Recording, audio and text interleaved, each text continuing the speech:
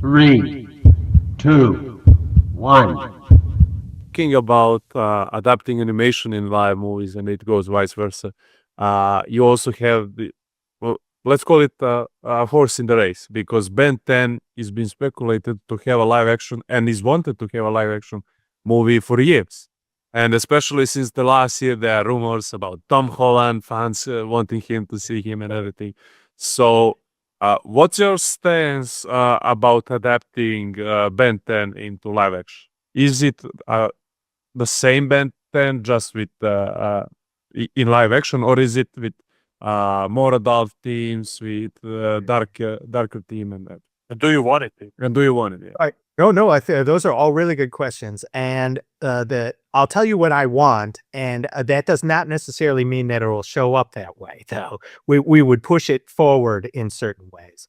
The idea of doing a live action Ben 10, something that was done, on the same level as some of the Marvel stuff, would be really quite thrilling to do.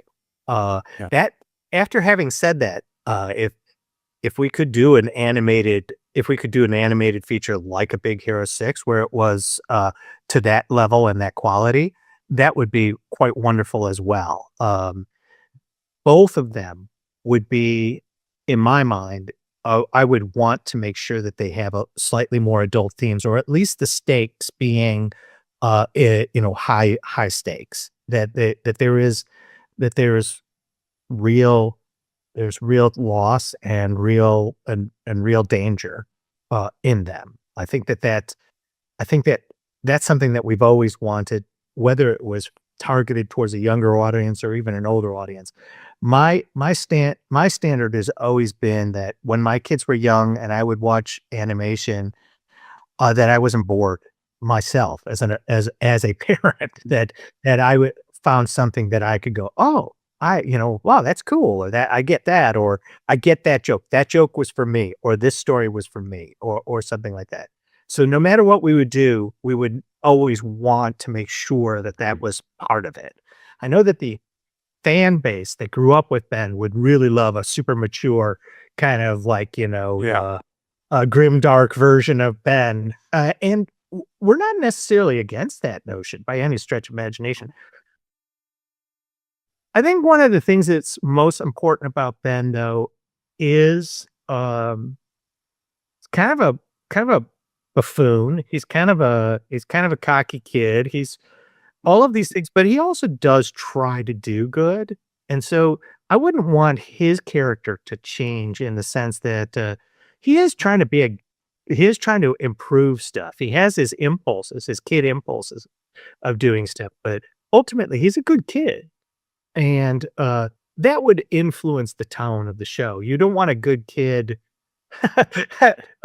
lose ultimately, or become cynical. I think you want to have that goodness challenge them. Want to have that optimistic outlook challenged. I think that's important. As far as it happening, I can tell you, I can't give you any updates really. There have been attempts, and some pretty big attempts over the years, to kind of get Ben to the screen.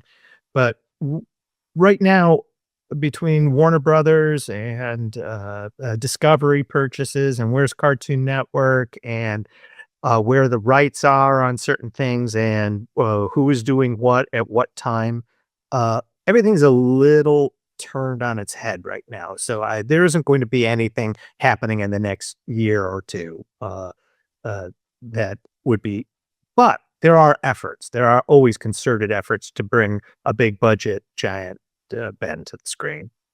And something about us as Man of Action, we've already produced a couple of features and things like that. So, I mean, I think we do a better job of it now, as we've got a little more experience with us than if it started before. So that's just something that I